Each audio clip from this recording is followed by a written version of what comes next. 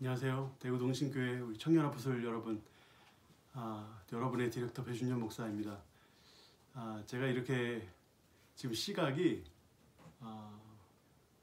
20일이죠. 20일 11시 54분입니다.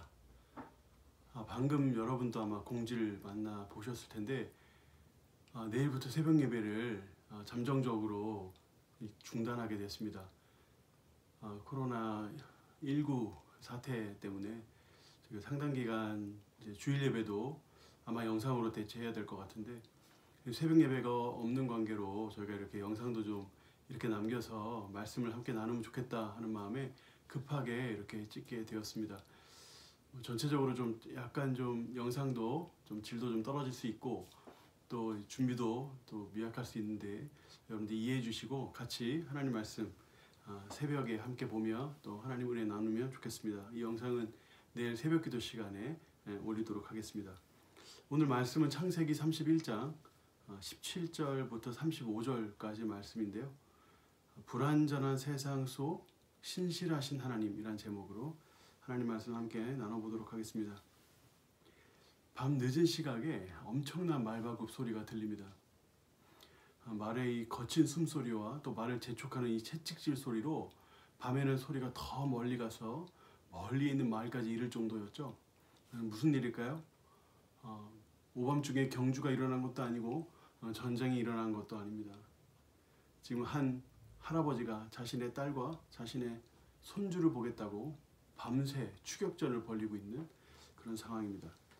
야곱이 외삼촌 라반의 땅에서 얻은 4명의 아내와 12자녀 그리고 많은 가축들과 재산들을 가지고 야반도주를 감행했습니다. 야곱이 자신의 딸과 손주들 그리고 이 막대한 재산을 가지고 야반도주를 한 이 사실을 외삼촌 라반은 3일 후에나 알게 됐습니다. 근데 여기서 이 3일은 상징적인 숫자인데요. 왜냐하면 지금 라반이 밤새도록 쫓아가서 다다른 곳이 길르앗 북부 지방인데, 길르앗 북부 지방에서 바단 아람까지는 450km나 됩니다. 450km는 적어도 말로 하루 종일 달려서 한 보름은 가야 되는 아주 멀리 떨어진 곳인데, 그 멀리 떨어진 곳을 3일 뒤쳐졌다가 바로 따라잡을 7일 만에 따라잡을 수 없겠죠. 그렇게 표현한 이유는 상징적인 숫자를 통해서 굉장히 멀리 간 사람을 라반이 밤새 추격하여 따라잡았다 하는 것을 강조하기 위한 상징적인 숫자를 사용한 것입니다. 라반이 야곱의 이 야반도주를 늦게 알아차린 이유는 이 목축업을 하는 사람으로서 가장 바쁜 이 양 털을 깎는 시기였기 때문이라고 오늘 창세기 31장 28절에 말씀하고 있는데요. 물질을 위해서라면 사위가 될 사람도 속이고 자신의 딸도 이용하는 이 라반이 양털을 깎아서 많은 돈을 벌 수 있는 이 시기를 놓칠 리가 없습니다. 그래서 이 양털을 깎는 일이 심취한 것은 사실 당연하다고도 볼 수 있는데요. 이런 관점에서 본다면 이 라반은 그 바쁜 시기에 자신의 형제들, 말하자면 군대인데요. 군대들을 다 모집해서 긴 추격에 나선 것은 단순히 그가 그 딸들과 그 손주들과 작별 인사를 하지 못해서라고 보기보다는 그 야곱이 가지고 간 재산들, 특별히 라헬이 이 본문 가운데 훔친 드라빔이라는 것이 탐이 나서 아마 그 밤에 열심히 추격전을 벌인 것으로 생각하는 것이 상식입니다. 오늘 본문에 등장하는 인물들을 이렇게 살펴보다 보면 이 인물들이 두 가지의 공통점을 가지고 있다고 볼 수 있는데요. 첫 번째는 각 사람은 나름대로의 정당성을 가지고 명분을 가지고 있다는 사실입니다. 야곱은 야반도주를 했거든요. 왜 야반도주를 했는가? 불효 중에 불효죠. 어떻게 자신에게 딸도 주고 재산도 주고 어떻게 그렇게 했던 사람을 인사도 안 하고 그렇게 야반도주를 할 수 있습니까? 말이 안 되는 말인데 이렇게 한 이유가 있다는 겁니다. 오늘 31절 말씀을 보면 야곱이 라반에게 대답하여 이르되 내가 생각하기를 외삼촌의 딸들을 내게서 억지로 빼앗으리라 하여 두려워하였음이니이다 이렇게 말씀하는데, 이 야곱은 라반이 자기에게서 자신의 아내를 빼앗아 갈까봐 인사를 못하고 떠났다라고 이야기를 합니다. 나름대로 정당성이 있죠. 라반이 충분히 그럴 만한 사람이니까요. 그렇다면 라반은 왜 야곱을 그렇게 긴 시간 동안 급하게 쫓아왔을까요? 그것도 작은 적지 않은 형제들, 말하자면 군대들을 이끌고 따라왔는데 왜 그랬을까요? 오늘 본문에 보면 26절, 27절에 말씀하고 있는 것처럼 야곱이 자신의 딸과 손주들을 그러니까 야곱이 자신의 딸과 손주들을 칼에 사로잡힌 자처럼 끌고 갔기 때문에 그렇게 이 라반이 쫓아왔다라고 주장을 합니다. 그러니까 다른 말로 이 야곱이 자신의 딸과 자신의 손주를 마치 전쟁포로 끌고 가듯이 그렇게 끌고 갔기 때문에 이 라반이 그것에 대해서 분개해서 쫓아왔다고 하는데 사실상 그렇지 않죠.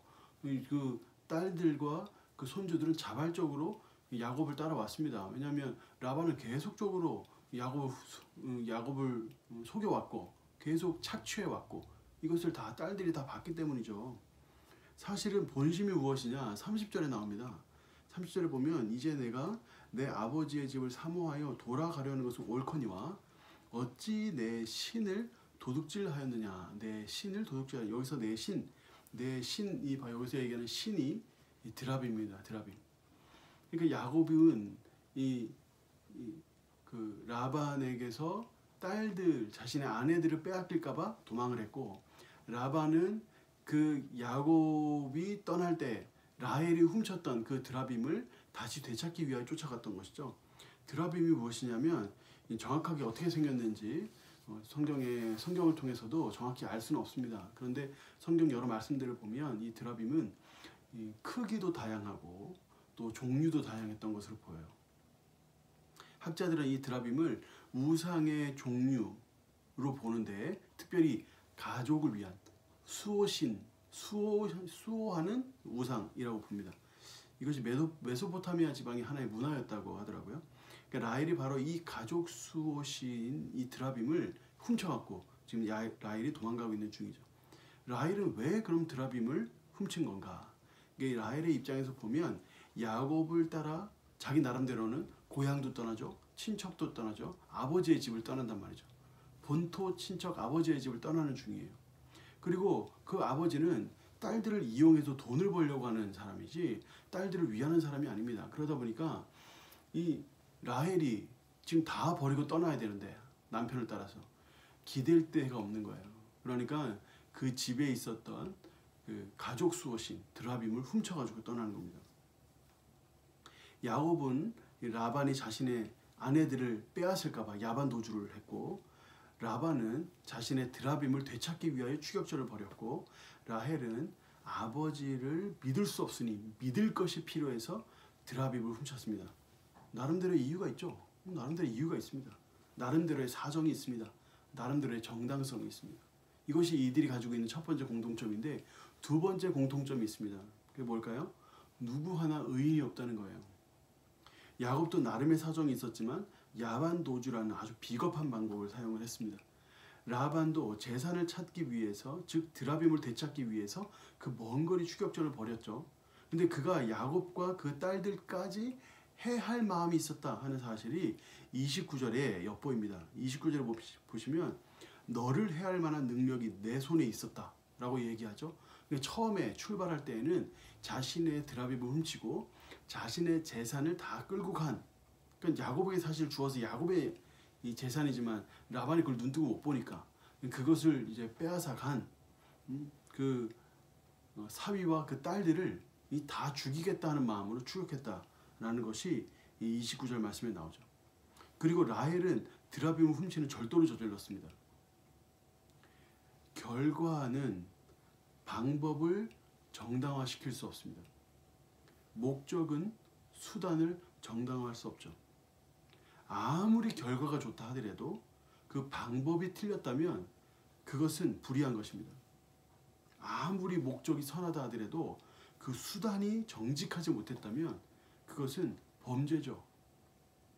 그러니까 결과는 절대로 방법을 정당화할 수 없고 그 목적은 수단을 정당화시킬 수 없습니다. 오늘 본문의 모든 등장인물들은 다 자기 나름의 이유를 가지고 있습니다. 그리고 목숨을 걸어요. 목숨을 걸듯이 열심히 살아갑니다.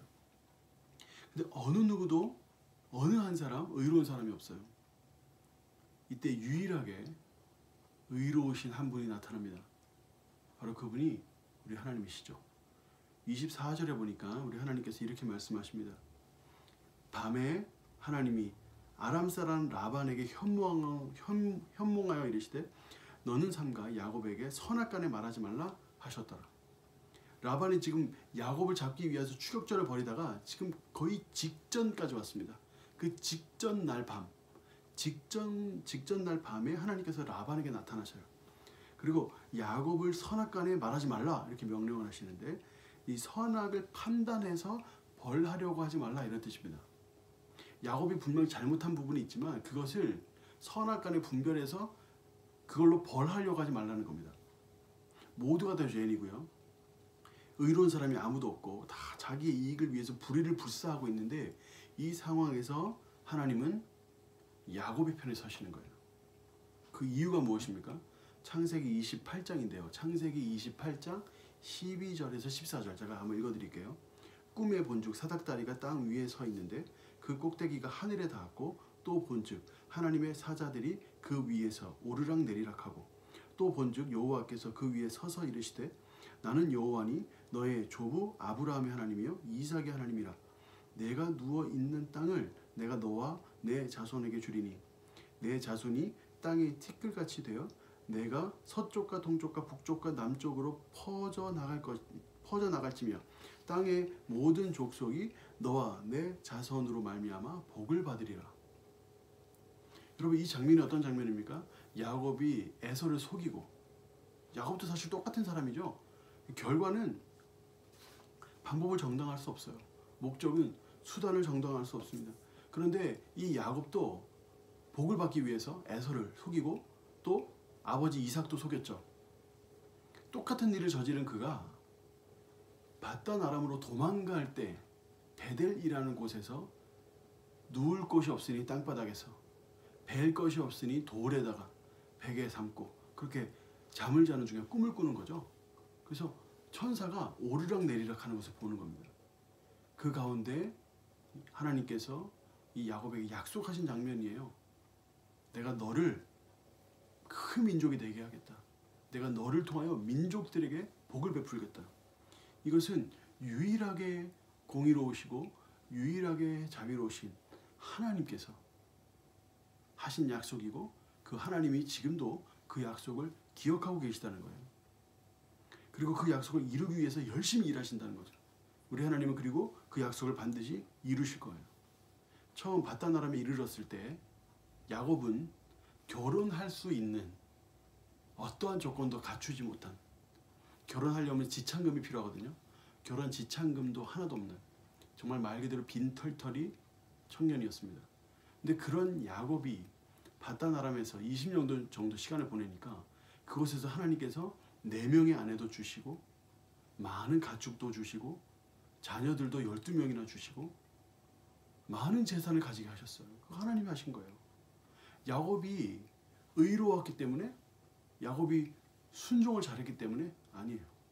하나님께서는 공의로우시지만 동시에 자비로우셔서 그를 여러 가지 이 범죄와 또 그 술수와 이런 것들을 하나님께서 많은 연단과 많은 환난을 통해서 그 부분들을 연단하게 하시고 회개하게 하시고, 그 모든 과정 속에서 하나님은 또 하나님의 약속을 자비롭게 이루시는 분이라는 거예요. 야곱의 모든 부족함에도 불구하고 하나님은 그를 긍휼히 여기시고 그 삶을 이끄시며 결국 약속을 이루시는 분이라는 것. 바로 그분이 바로 우리 하나님이시라는 거죠. 우리의 삶도 때때로 이와 같을 때가 있어요. 불의에 봉착합니다. 나름 최선을 다한다고 하지만 다 공의롭지 못하고, 또 나름 가장 좋은 방법을 택한다고 하지만 지혜롭지 못하죠. 많은 사람에게 상처를 주기도 하고 아픔을 주기도 하고 씻을 수 없는 고통을 선사하기도 합니다. 이와 같은 이 불완전한 우리라도 하나님께서는 예수 그리스도를 통하여 우리를 구원해 주시고 또 구원해 주시고 천국 소망을 주시는데, 그뿐만 아니라 천국 소망을 가지고 살아가는 이 땅에서 구원받은 자로서 살아갈 때 하나님은 사람을 살리고 키우고 계시는 주님의 귀한 사역을 감당하게 하시는 거죠. 또 이와 같이 정말 부족하나마 하나님 앞에 순종하려고, 회개하며 땅에 엎드리며 눈물을 흘리며 하나님 뜻대로 살아가려고 발버둥 치는 자들을 통하여 하나님은 하늘과 땅에 넘치는 복으로 더하신다는 겁니다. 우리가 때때로 불의에 빠지고 우리가 때때로 하나님 앞에 의롭지 못하고 우리가 때때로 어떻게든지 발버둥 치며 살아가려고 하다 보니까 하는 실수들, 이런 아픔들, 이런 것들을 우리가 마땅히 하나님께 회개하고 용서를 구해야 하지만 동시에 하나님께서는 그것을 불쌍히 여기시고 긍휼히 여기시고 또 우리를 그렇게 사랑해 주시고 하나님의 약속을 궁극적으로 이루신다는 겁니다. 이 코로나19 대구 사태 때문에 지금 아주 대구가 혼란스럽습니다. 제2의 우한이 되는 것이 아닌가 이런 걱정을 하기도 하고 진짜 대구가 고립되는 것 아닌가 이런 불안감이 미치는 이때를 우리가 살아가고 있죠.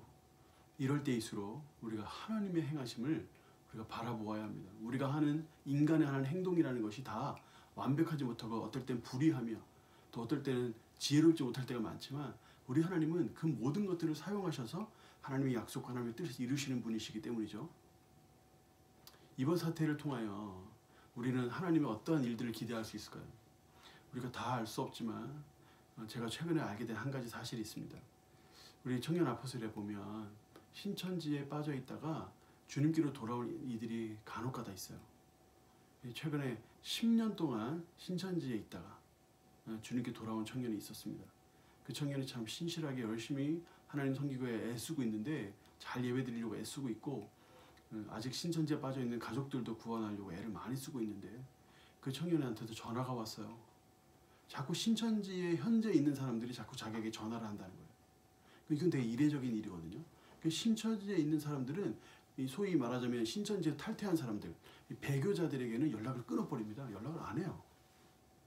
그런데 연락을 계속 하는 거예요. 그래서 왜 연락하나 전화를 받아봤더니 이번에 신종 코로나 이 사건 때문에 이 사람들이 인터넷을 보기 시작하는 겁니다. 여러분 잘 아시죠? 신천지 사람들은 인터넷을 절대 보지 못하게 합니다.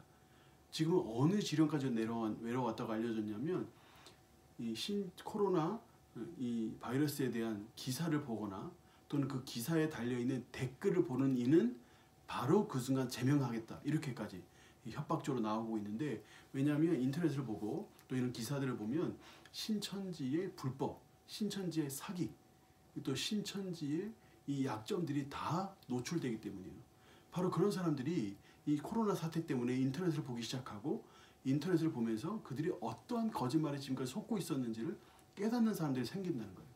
그래서 그 사람들이 이 친구한테 전화를 한다는 거예요. 사실이냐고. 너 그거 알고 나갔냐고. 너 그게 사실이 아니라는 걸 알고 나가는 거냐고. 우리가 지금까지 속고 있었다는 사실을 너 알고 나간 거냐. 이게 진짜로 거짓말이고 이게 진짜 사기라면 나도 신천지에서 탈퇴하겠다. 이렇게 이야기하는 사람들이 생겨난다는 겁니다. 하나님께서는 이 혼란 중에도 일하고 계셔요. 우리가 다 연약하고 부족하죠. 모든 사람이 다 그렇습니다. 근데 하나님께서는 그 가운데서 하나님의 약속을 이루고 계시고 공의로우신 그분이 동시에 자비로우셔서 그 하나님의 선하심을 우리 가운데 나타내고 계시다는 거죠. 그래서 우리는 이와 같은 혼란스러운 사태에서도 불안해하지 말고 믿음으로 주님께 나아가며 더욱더 기도에 힘써야 합니다.